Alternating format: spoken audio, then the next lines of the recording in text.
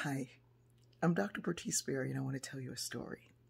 Years ago, I was traveling for work, and I was in Iowa, and one of the organizers of the conference said, "You need to meet my mother. You really, really need to meet my mother." And I was like, "Well, okay, where's your mom?" She's like, "She's at home." And I was like, "Well, how am I going to meet her?" "Oh, you need to go to her house." I was like,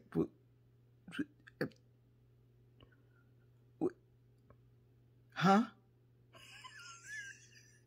Like, I had worked all day, had flown in, had been traveling all week, working all week, and I was tired. My manager was with me, and we looked at each other. We were like, "Is she crazy? What does it look like? Rent a speaker day?"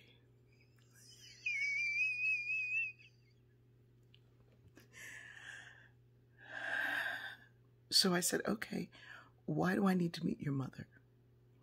And she says she travels all over the world, but she especially goes to Africa. She works with these women in this village, and they make all kind of jewelry, and she brings it back, and my mom sells it to send all the money to this village of women to help the women make sure that they can take care of their needs and their children and educate their girls. And I was like, now I'm going to have to go meet her mother. I was still tired, and I was like, she gonna have some single string strands of beads, and it's gonna be cute, and we're gonna be like, "Oh, that was nice."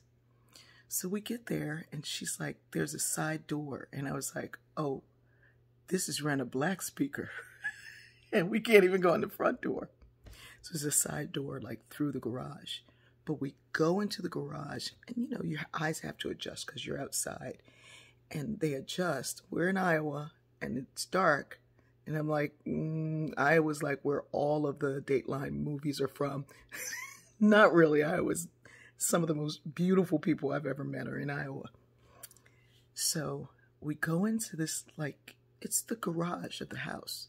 But when we go in and our eyes adjust, we realize that this place is set up like her workshop, shop kind of thing. And on every space of the wall are the most magnificent necklaces I've ever seen.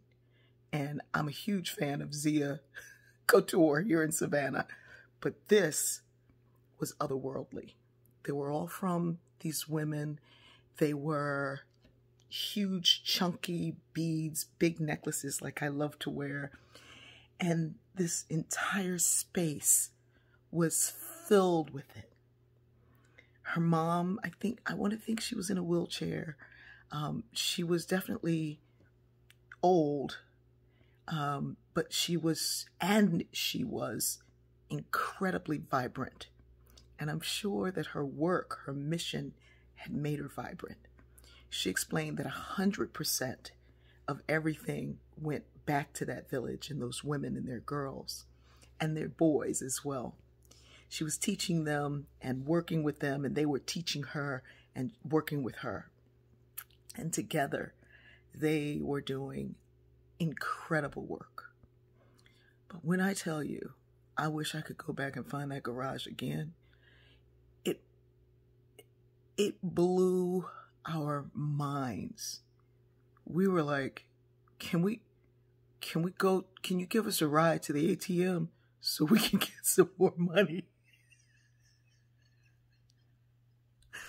Here's the thing. Sometimes you think you know where you need to go and who you need to go with. And if this pandemic hasn't taught you anything, it should teach you that all the regular stuff that you were doing really wasn't doing that. And the things that are the surprise, the amazement, the joy, the life-giving stuff, open your heart and open your mind to maybe, yeah, I need to meet your mother. Ever since then, when someone has the look that that woman had, when she said, "No, you need to." And she didn't even explain, she didn't try to explain any of this. She didn't try to tell me what I was going to see because she didn't even understand what she was going to see. And she said to me, "I'm going to tell you, you're going to appreciate this even more than I do. And I love it. but you're going to get it. And I was like, ee.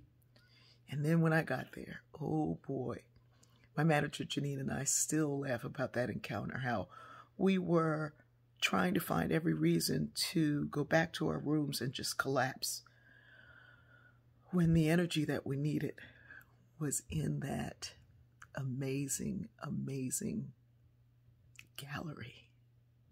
Open your hearts, open your minds to something new this time. I love you.